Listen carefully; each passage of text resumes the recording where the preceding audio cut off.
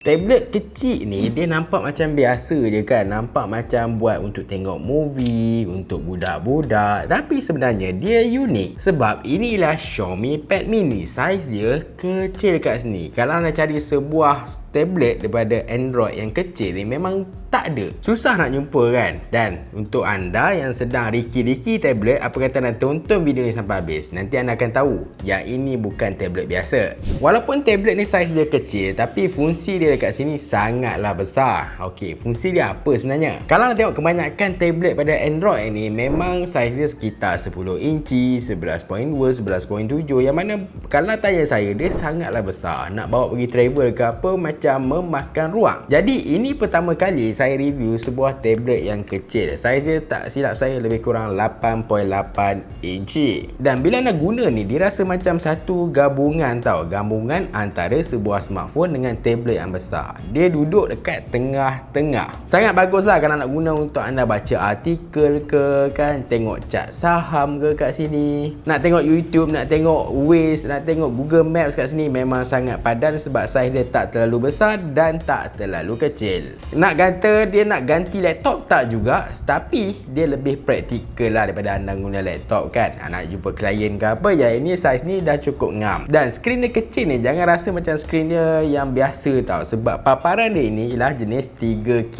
Memang sangat sharp dan refresh rate dia sampai 165Hz. Memang sangat smooth lah. Kalau tanya saya, setakat ni saya guna tak ada masalah. Chipset dia pun sebenarnya powerful dia. Dan satu point yang saya nak ketengahkan kat sini, yang mana dekat tablet kebanyakannya memang takkan ada lah, iaitu port untuk cas. Okey, yang ini saya suka nak sembang sebab dia lain benda yang lain. Port cas dia dekat bahagian bawah ni ada satu, dan dekat bahagian tepi ni dia ada satu. Jadi apa fungsi sampai 2 USB port Type-C ni?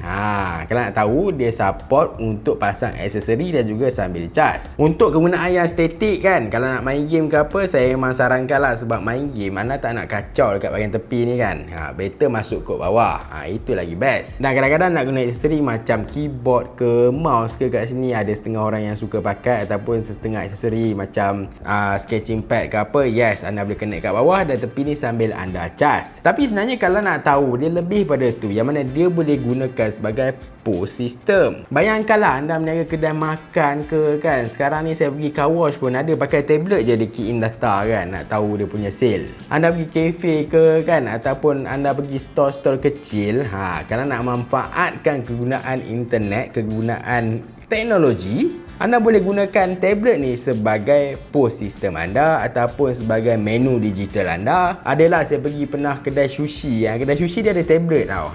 Tablet saiz macam ni saya rasa dah cukup okey lah. Dia tak makan ruang space meja tu sangat. Nak ambil order kat kedai mamak pun tablet ni memang sangat ngam sebab dia tak terlalu besar. Kalau tidak, kalau kedai mamak ke kan, kedai makan tu nak bawa besar sangat macam leceh je kan. Berat dah lah anda kerja F&B. Benda tu bila dah berat, dia macam lama-lama rasa menyusahkan pula. Yang ini just better lah. Dia tak besar sangat, dia tak kecil sangat. Dan bila ada dua port untuk cas ni, anda boleh cucuk lah dekat sini kan, supaya bateri dia tak habis. Kira bypass lah dekat sini. Tapi apa jadi kalau cucuk dua-dua? Adakah lagi laju? Sebenarnya tak, sebab dia akan ambil yang mana anda cucuk dulu. Anda cucuk dua-dua pun dia tak akan cas double laju dia. Sebab dekat sini dah tersedia 67 watt fast charging. Dah cukup laju dah sebenarnya. Anda nak laju 67 darab 2 120 macam tu ke kan? Wish, tablet kot 120.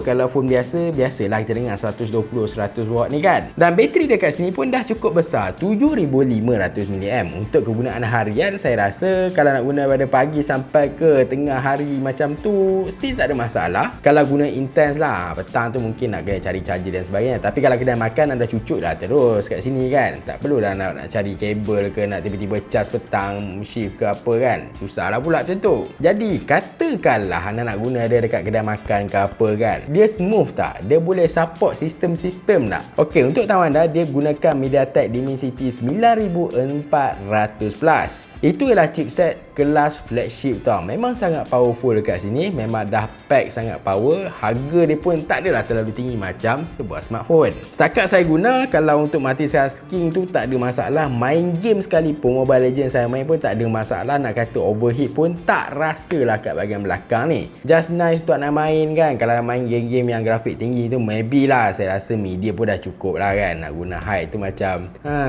guna high untuk tablet kan, jarang orang guna. Buka apps pun cepat dekat sini. Bagi saya dia tak ada masalah untuk run benda-benda berat. Dan satu lagi yang menjadikan dia lebih baik untuk digunakan dalam sistem, tak kisah menyaga ke, anda nak bawa pergi klien ke apa ke, disebabkan oleh environment Android. Okey, bila guna Android ni, anda tak ada masalah satu untuk environment download app dan sebagainya kan. Katakanlah nak install kat sini kan, kalau dekat iOS tu susah sikit, dia macam selected punya app sahaja. Kalau Android ni kadang-kadang apps luar pun anda boleh install dekat sini, betul tak? Mudah anda nak custom sistem pun boleh kat sini, nak cucuk dekat sini, connect dekat printer, aksesori, screen ke apa ke, boleh juga dekat sini. Jadi dia banyak choice. Bukanlah ada 2 port ni saya saja dia letak dekat sini kan.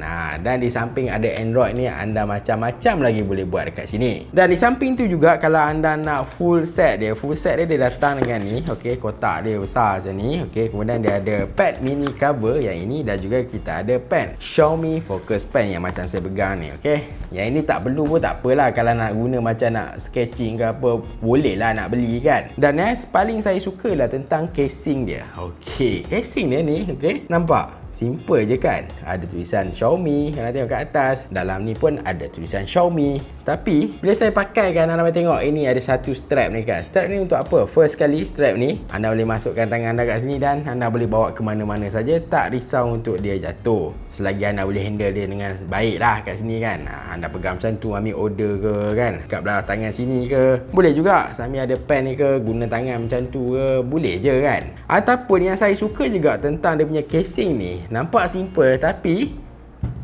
boleh guna macam ni, boleh buat dia berdiri macam ni.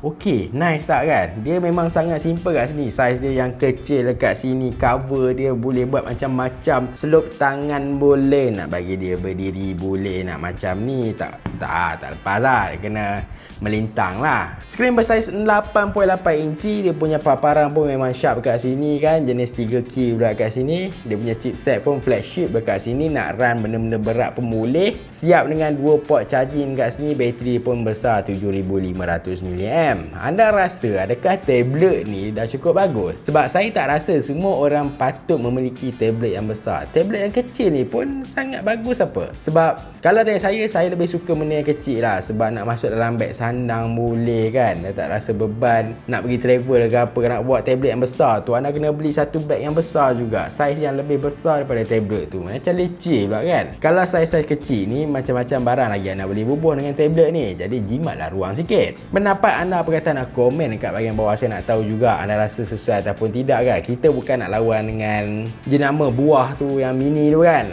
Kita nak lawan yang tu, kita nak tengok ini anda rasa berbaloi ataupun tidak. Tinggalkan komen anda dekat bahagian bawah. Dan macam biasa, jangan lupa like, subscribe, share. Terima kasih, jumpa lagi.